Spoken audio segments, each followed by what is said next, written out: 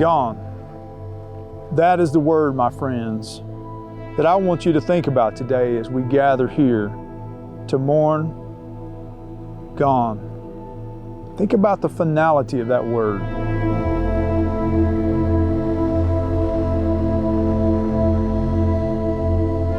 Grasslands, hands down, are the most endangered ecosystems on the planet, not just here in the United States, but worldwide. I mean, they're far more endangered than tropical rainforests, more endangered than, tundra, more endangered than all kinds of ecosystems that often get sort of worldwide recognition.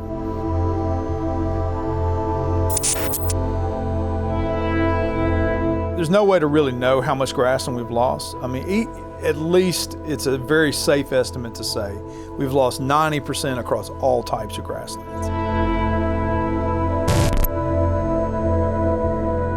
But then there are certain kinds of grasslands which we know we've lost more of than any.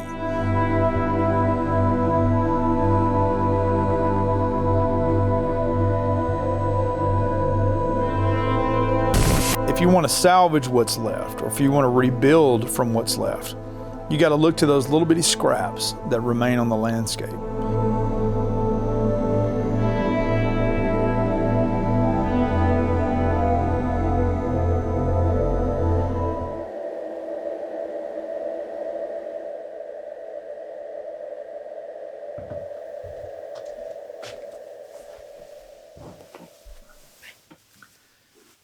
I'm Dr. Dwayne Estes. Some people call me the Prairie Preacher.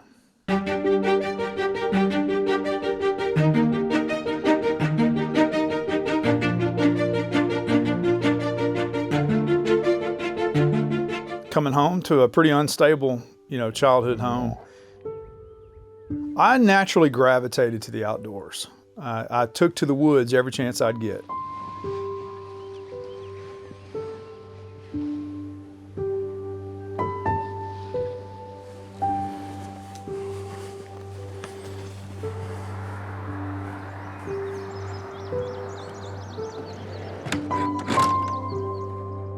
I'd come home after riding bus 22, my school bus, and first thing I'd do is eat a bowl of cereal, watch the Andy Griffith Show, and then immediately take out, and I'd be gone till dark, until Mama would call me home for supper time.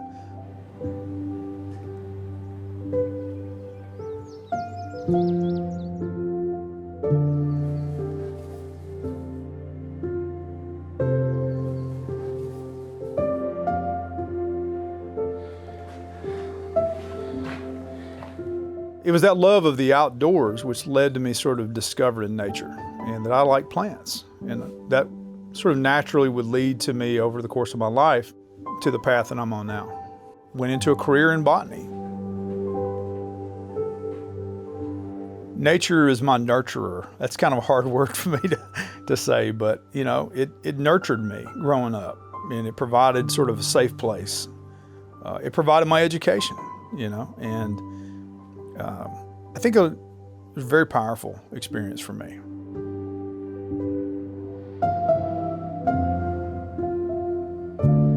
I think growing up, I kind of had a small world. I had one mother, a live-in stepdad, if you want to call it that. I had one grandparent, a small nucleus of cousins that I saw occasionally, and a few aunts and uncles. But I didn't really have any friends, as a kid growing up. And I look at my kids today and I'm like, oh my, they're so lucky, they've got lots of friends and stuff. And I grew up very much sort of as a kid of solitude. And I don't know why that happened, but I came to rely so much on nature that nature became a great friend to me in many ways. It's where I went to sort of seek refuge from the world. It's where I eventually began to sort of study without knowing it. I was, trying to learn my trees. And I became so intimately familiar with it and so at ease with it, and developed such a passion and a love for it that later on, when I became a professional, I wanted to devote my life to doing everything I could to protecting that nature that I had come to love.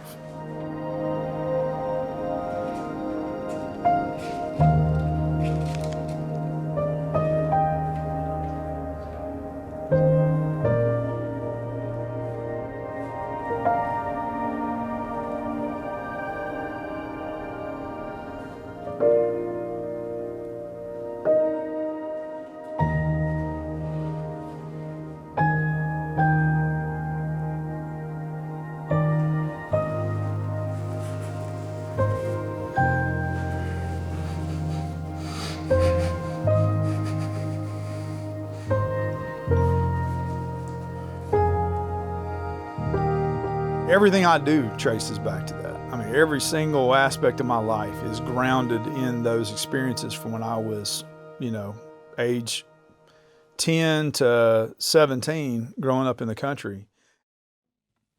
A common misconception is, oh yeah, I've got grass on my place. I got a grassy field out there. I got a grassland you can go look at. But native grasslands differ from mundane field and pastures that you might drive by every day in some really key ways. What do you know about grass? Not a whole lot. I mean, maybe just seeing it out when I've traveled different places, got a lot of grass around. I know cows like it and that it's green. We need grass. Grass is very needed. I think that helps the trees. Grass is very important. I think it helps the weeds. I know that grass is green, it can grow tall, and I need to mow it. It makes our athletic fields look nice. I'm very unfamiliar with any issues around grasslands, other than it's part of our environment and probably should take care of part of it, but not at the extreme. Grasslands, prairies are more in the Midwest. I know a little bit about grass because I'm trying to grow some in my backyard. The amount of grass we have is depleting, and it's not good. What is the problem? Grassland loss. How we define it is one of the leading causes of biodiversity decline in the United States right now. And most people don't know that.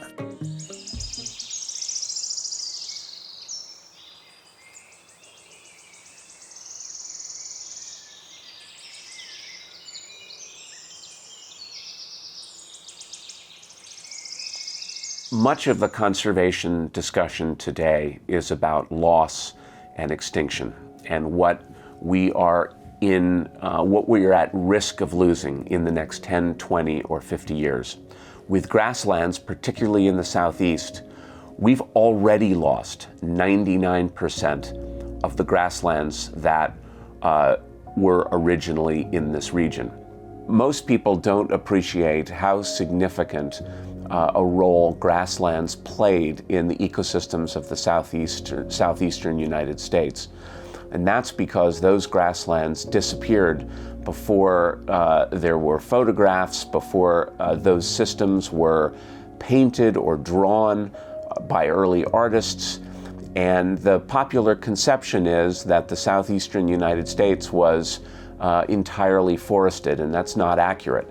The Southeast had a diverse array of grasslands that supported a range of species, mammals, birds, insects, plants, and those species have, in some cases, disappeared entirely, or in others have been in rapid decline as those grassland systems have disappeared.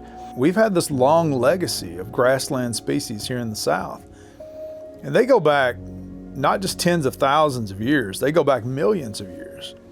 Recently there was a fossil of the American cheetah discovered in Lee County, Virginia, right in the heart of the Southern Appalachians in this cave. So we had this rich array of cheetahs, the American lions, camels, bison, rhinoceros. We had all the big animals you can think of that, like you would imagine in the African Serengeti. We had many of those kinds of animals. You had two keystone species that helped maintain grasslands in the Southeast. Bison were in the American Southeast. Beavers were incredibly important to the maintenance of wet meadows and wet grasslands. Both of those species were largely extirpated. Beavers have made somewhat of a comeback in the Southeast, but obviously not the case with bison. Most people don't even know that bison were as far east as Virginia and Tennessee. Grasslands are one of the most important and yet one of the most overlooked ecosystems on the planet. They are fundamental for the conservation of biodiversity. They are fundamental both to mitigating climate change and to adapting to climate change. Grasslands are really effective at storing that carbon underground sort of permanently and keeping it from being re-released out into the atmosphere. If you compare that to forests, they store their carbon in the wood products, in the trunk. And so if there's a wildfire that burns up that wood, it re-releases it into the atmosphere. So in terms of storing that carbon for long periods, recent research has shown that grasslands can be just as effective, if not more effective, than forests at storing carbon. 5% of the grasslands today have any sort of conservation on them, which means we're going to have progressive loss over time. The significance of that to me personally has been in two areas. One is that whole loss of biodiversity and what the loss of biodiversity means to all of us and to our children and to future generations, with the effect on the balance of nature and food supply of the future. And then the second area is the whole area of climate change, and to me that boils down to the power of these grasslands, which we now know are the most imperiled ecosystem out there today. And as we degrade these grasslands, we lose these opportunities to have that sequestered carbon or pulling carbon out of the air as we address the larger issues of climate change broadly. Unfortunately, grasslands, both in the United States and around the world, have not received a proportionate share of attention and funding, and they are in dire straits, not just in Appalachia, but in the Great Plains, in Central America, in Africa, in Asia, pretty much everywhere they exist. The majority of grassland systems have been heavily degraded and are at risk of losing a lot of the species and ecosystem functions that make them so critical. Gone. Think about the finality of that word. That once something is truly gone from this earth, it can never be brought back to the way it was. Let us bow our heads in remembrance of our dear friend.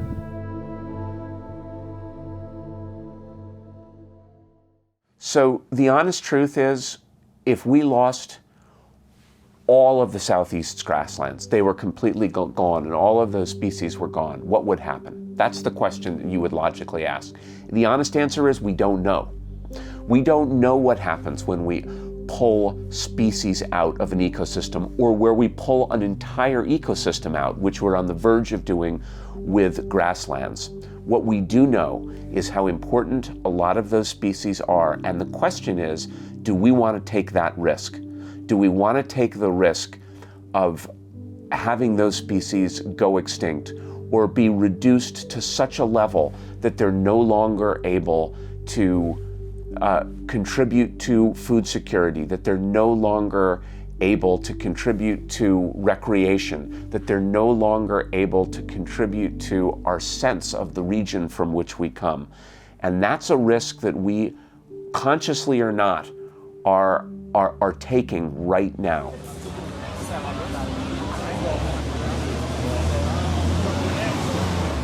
So I'd say our greatest challenge is educating the masses. You know, I was real lucky. Right out of college, getting my PhD, I was able to get a job as a professor at Austin Peay State University up in Clarksville, Tennessee, way back in 2007. And as I began to develop my lab, you know, and my focus as a professor and a researcher, I kept going back to those formative experiences from my childhood. I started thinking about the last time I'd heard bobwhite quail, for example, you know, and how it had been, you know, over 15 years at that point since I had last kicked up a covey of quail and sort of been scared, you know, that there's a feeling you have when they just blow up from under your feet. And I thought about how long that had been. I was having conversations with other professors and other researchers across the Southeast, and they were talking about similar kinds of experiences. I talked to somebody that said, yeah, you know, I've been studying northern pine snakes. And man, we haven't seen a pine snake in 25 years in this part of Tennessee. And I talked to another friend of mine, he said, well, I've been seeing the same thing with plants, you know, these certain kinds of wildflowers, this certain kind of wild plum bush, or these crabapple bushes. Species that people like in the mountains of Appalachia have been making jellies out of crab apples for centuries. And yet these really common species were disappearing. And people didn't know why. You know, they had ideas on why quail was collapsing and crab apples were disappearing and these wildflowers were going away. And so I realized then that there was this need to kind of pull people together, start having conversations and sharing stories about why are these species disappearing. So in 2015, I decided I was going to host a symposium at our university We had 150 people that came. We had 33 invited speakers. This 3-day event. We went out to prairies and we looked at all kinds of, we had field trip sites. And the very last person who came to this event, who just decided to come to the event the week before, was from New York City of all places. I didn't really know who he was or why he was there.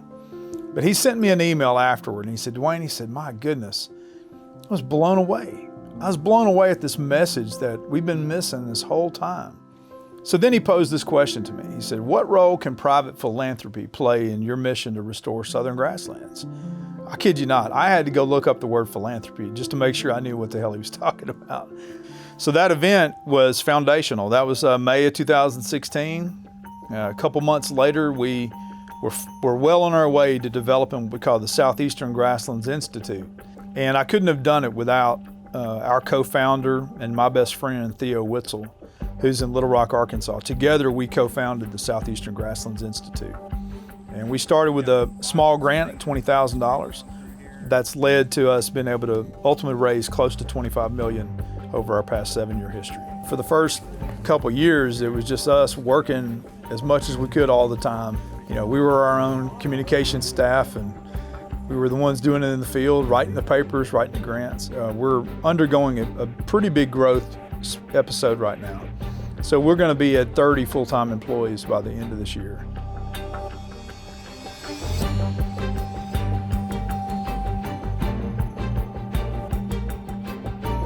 We don't have a lot of time left to try to solve this critical problem of grassland loss here in the Southeast. We've got a lot to lose. Most people have put the emphasis on like forest conservation and wetlands conservation, and there hasn't been as much focus on grasslands. Our mission at SGI is saving southeastern grasslands. My name's Elena Krakowiak. I'm the Central Appalachian Grasslands Coordinator for SGI.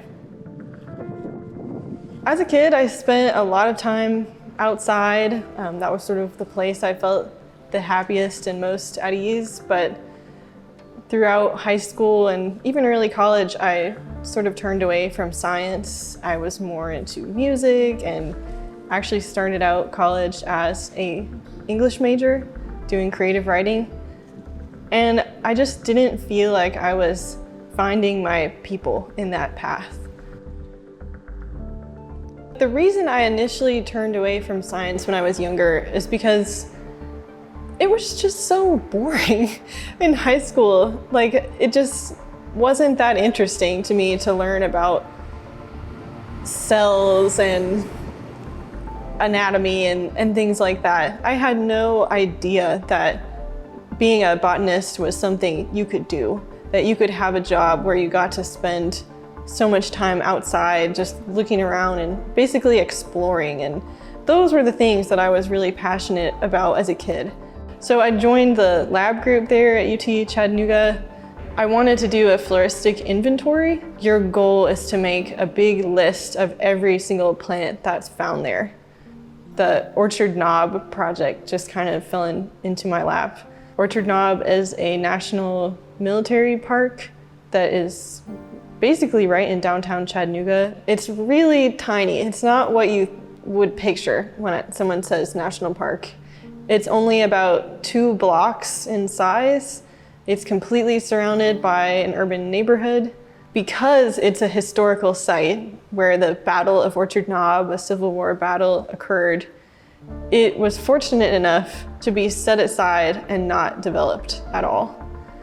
So you can kind of picture it as like one tiny piece of a habitat type that used to probably be a lot more common all around Chattanooga. And man, I just got really lucky because it turned out to be like a really exceptionally interesting site. Orchard Knob is a grassland remnant. So a lot of the rare plants that are found there really are only found in grasslands and nowhere else. Once I started to get to know that site, I got a lot more interested in the story of southeastern grasslands. Just became really fascinated with learning more about this group of habitats that it seemed like no one was talking about. For grasslands to persist in a region like the Southeast, they require disturbance. Otherwise, grasslands become converted to forests. So historically, that disturbance looked like burning by Native Americans. It looked like grazing by buffalo and elk. It looked like flooding that was caused by beavers. That's how grasslands persisted. With a lot of rare plants or rare habitat, the general idea is, we should just leave it alone. We don't want to mess with it. We don't want to hurt it any further, so we just don't touch it.